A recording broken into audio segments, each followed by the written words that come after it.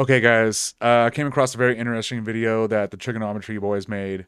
Um, First, they interviewed Sam Harris, and they talked about a range of topics that are all like pretty fascinating. I think I appreciate Sam Harris's insight in a lot of these things. Sam Harris was friends with Joe Rogan, and they've had a bit of a falling out. Joe Rogan back in the day was like he was a liberal. Like he was like, hey, make weed legal, healthcare for all, bring down the rich, help out the poor, help out the immigrants.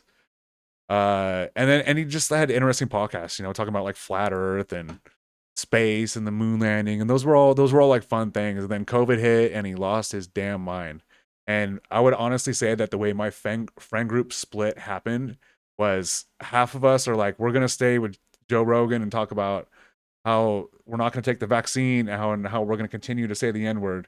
And then the other group was like, maybe we should just take that vaccine and ivermectin is horse dewormer, and we're not going to say the N word anymore. So that's how it got split. All those friends are still, God, they love Joe Rogan. They love everything he says.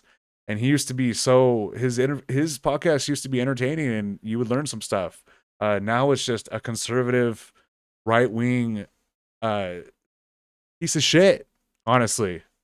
Like, you're not going to learn anything on Joe Rogan anymore. He is partisan as it comes. He helped Donald Trump get elected. He helped a lot of people die by not getting vaccinated and taking ivermectin instead. The Joe Rogan podcast has been a net harm on society, and I can't wait till it's gone.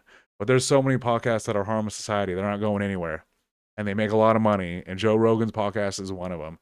And everyone needs to be aware of the dangers of stupid podcasts like Joe Rogan's out there.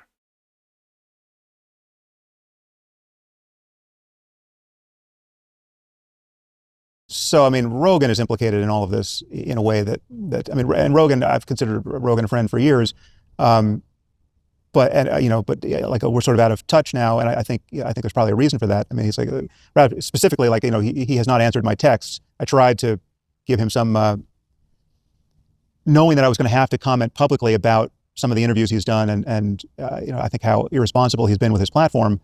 I reached out to him by text, and he hasn't, responded to those texts. So perhaps my text got lost in the mail, but usually he's pretty good on his text. So, and I'm not sure, honestly, I'm conflicted around the ethics of all of this. I mean, like, I feel terrible talking about Joe, and yet he's got the biggest platform on planet Earth, or nearly so. And I think he's done an immense amount of harm to our national conversation, our political conversation. So, like, I couldn't have done, like, you guys were just on his podcast. I watched that. I couldn't have had the conversation you had with him there, because I would have had to have said this. And, presumably he wouldn't have liked it, and there's a lot to talk about. I thought the interview he had with Trump was incredibly consequential and incredibly irresponsible, right? I mean, like, he didn't ask a single difficult question of Trump, and just helped midwife his lies. I mean, among which was the 2020 election was stolen lie, right? I mean, like, that's a shattering lie for a former president to have told in our society, and to have half the society. That's still the one thing about Donald Trump that is irredeemable. Well, there's a lot of things, but the stolen election thing, he still thinks that the election was stolen. Like, it's just mind-boggling that he gets to be president. Believe it. It's a perpetual invitation to violence. It gave us the violence of January 6th. Things could have been a lot worse, etc. If you have the biggest platform on earth, you can't just have the kind of conversation that Joe had with Trump, and then open the door to everyone else to have their version of that irresponsible conversation. So, I mean, many people think that this was the 2024 was the podcast election. I agree it was the podcast election, but what it was many people following Joe's lead in being completely irresponsible with how they use their platform. And to be specific there, I'm not saying you shouldn't talk to certain people. Joe can talk to anyone he wants to, right? I mean, I think there are certain people you probably shouldn't talk to, but there are certain people that, if you're going to talk to them, given that you have a big platform, literally tens of millions of people in Joe's case, you have a responsibility to do more than just establish good vibes with them and make them seem normal, especially if they're not normal, and especially if they're trafficking in lies and half-truths that are going to delude a significant percentage of your audience, and then are deluding you as the host because you haven't done your homework. Mm-hmm. And so, I mean, his conversation with Daryl Cooper, completely irresponsible, right? I mean, we're living in an age of, Daryl Cooper is a fake historian who's trafficking in David Irving's lies about the Holocaust, right? He bounces from Tucker's podcast to Joe's podcast. On those two podcasts alone, he gets a larger audience, perhaps than any real historian ever has had in the history of history, right? I mean, it has to be over 50 million people who saw those two interviews combined. His Rogan episode didn't do very well. Yeah. Between Joe and Tucker. So, look, you got to separate Tucker from Joe. It's a completely different conversation. Well, it's not a completely different conversation. In fact, you could argue that Joe's was worse because Joe's happened after Tucker. There was a mess to clean up, which Joe, rather than clean up that mess, he basically, with his imprimatur as the host who knew everything about Daryl Cooper, who'd done all the homework and listened to 30 hours of Cooper's podcast on the matter, he could sign a blank check morally, assuring his audience that Cooper's a good guy, not an anti-Semite. All of this is good faith, and that the thing he just had said on Tucker, there's nothing wrong with it. It's all just a tempest in a teapot, and people are lying, besmirching him, and it's just libtard hysterics who are having a bad reaction to the truth getting out on some level. And he's done it with RFK Jr. He's done it with all kinds of maniacs, right? I mean, these are people who are, in many cases, liars. Some of them are probably mentally ill, right? Some of them just have character defects where they just love to touch find me a third rail and I'm going to touch it. No matter how combustible our society is, no matter how little I know, I'm just going to keep touching the button to see what goes off. Dave Smith, again, Dave Smith is not a morally sane voice about the war in Gaza, right? Now he is the person he is because of what Joe has made him, right? And that debate with Douglas, I've commented on with Douglas about what I thought went wrong there, but all of this has created immense harm in our culture, right? We're all in the business of building culture. Culture is the operating system of our society, right? I mean, everything we care about is a matter of culture working better and better or worse and worse, right? Like whether we can solve any of the collective action problems we need to solve, whether our species survives is entirely a story, apart from an asteroid impact, it's entirely a story of whether we can sort our culture out enough so as not to annihilate ourselves. And you literally have people doubting whether the Holocaust was even a thing in the context of the greatest explosion of anti-Semitism we have seen in our lifetime, in the middle of a very clear clash between aspiring Islamist theocracy globally and the West, and Israel being the tip of the spear of all of that. Massive moral confusion being spread in our society around that, quite consequentially so. And Joe is doing as much as anybody to spread that confusion, and he doesn't know it. I mean, I think Joe is a good guy. I don't think he wants to harm anybody. I would not say the same about Tucker Carlson. I mean, I think they're completely different types of people. But it's a disaster what has happened on Joe's podcast, politically and culturally. Yeah, he's done thousands of podcasts. Thousands of them are great, right? But his approach to this, he's taken absolutely no responsibility as a journalist or as an intellectual or as a historian or as a scientist, because he doesn't view himself as a journalist or an intellectual or historian or a scientist. He's a comic, and he's just shooting the shit with people, and he's just exploring his interests, and great. It's Joe Rogan University.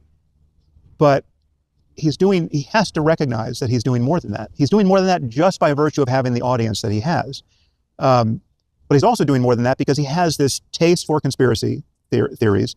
He's got this taste for contrarian and anti-establishment views and the debunking of the elites, right? He's bought into that side. Like the scales are not just balanced in a truly open-minded and kind of intellectually disinterested way. No, he's got an appetite for the false flag operation, right? Like if there's something, if the non-standard view can be spun at all, he wants to hear about it, and that acts like a bug light for maniacs. Right? I mean, then you just get these. There's an endless number of people who seem to have the right credentials, and many people who don't obviously have the right credentials, like Dave Smith. But you can get an endless number of people with PhDs or MDs or whatever the requisite degree is, who are crazy, right? Or just terrible people, right?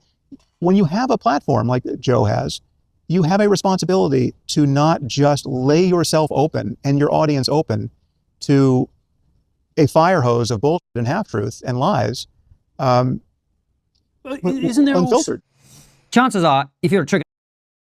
So I can't agree with everything that he's saying more. I just can't. Like Joe Rogan let Trump on there. Trump said straight up that the election was stolen, and he didn't push back. He just didn't. He had Daryl Cooper on his show. Daryl Cooper he's a Holocaust denier, and Joe Rogan is platforming a Holocaust denier. Sorry. And it's not just that too. There's like I don't watch his podcast that much anymore. I see highlights and stuff, but he had RFK on there, and I guarantee you, I remember it. I don't have any clips of it, but RFK was spitting some bullshit, and Rogan was just eating it up. But that's like the RFK is like a separate thing, because conservatives love fake medicine at this point. That totally different conversation. I should probably do a video on that too. But let's check into the rest of this conversation. You could say, look, you know, some of these ideas are going to be bullshit, some of them are half-truths, some are going to be highly controversial, which in a few years' time, you look at in the cold light of day and was like, well, it was unpleasant, but it was true. Okay, wait a minute. No, Like, Joe, no, the narrative that like all these you know all these ideas, all these conspiracy theories end up coming true. That is not true. Just they typically don't come true. Basically, that what makes a good conspiracy theory is there's like one kernel of truth to it. That tends to happen, but it doesn't mean the conspiracy theory was true. About COVID, for example. Okay, but at the time, I called that correctly. Yeah, but Simon, everybody. I mean, that was so easy to see as an instance of left-wing, politically correct overreach, right? Like calling the lab leak hypothesis racist at the time. I mean, the very hour. No, so at the time, Donald Trump was blaming it on China and just saying racist shit, and then the lab leak thing with no evidence at all is considered racist shit too. First instant of this happening, every sane person who's not indoctrinated into wokeism at that moment saw, okay, that's Sam, bullshit. I don't think you're remembering this correctly, with all due respect. I remember, and just tell you our perspective as people who make videos on YouTube, right? That we were having conversations about, are we allowed to have this particular discussion? They just will not let COVID go. Like one of the craziest pandemics of all time. They just will not let it go. Let it go. It sucked. It was a pandemic. A lot of people died. It could have been a lot worse. Joe pushed back on It could have been better if Trump wasn't president. which I'm grateful to him for doing on that thing. He was leading the way in challenging some of this public health nonsense. Okay, right? yeah. So yes, if you want me to say that some conspiracy theories are true, yes. So conspiracy theory, Alex Jones is going to get it right some of the time. That doesn't vindicate Alex Jones. Alex Jones is a madman who has created tremendous harm. Full stop. It doesn't matter how long the list of things is that he was right about. I mean, he is endorsing every crazy conspiracy allegation. Some are going to be, at some point, you're going to say, oh yeah, this. Rogan can't have Alex Jones on his podcast because you just can't have Alex Jones on your media, because he's going to say something that's going to get you banned from that media.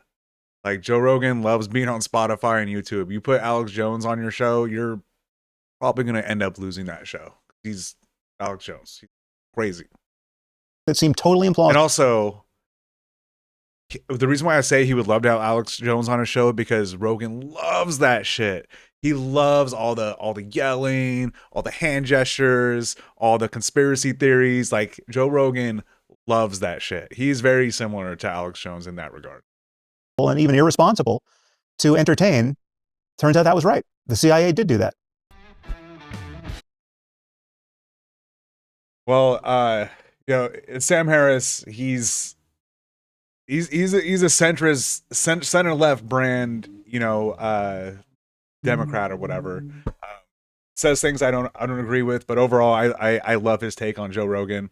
Joe Rogan the podcast has been a net negative on society, and everybody needs to know that, and everyone needs to come to terms with that, because there's too many people out there listening to Rogan searching for information instead of just a stupid bro show.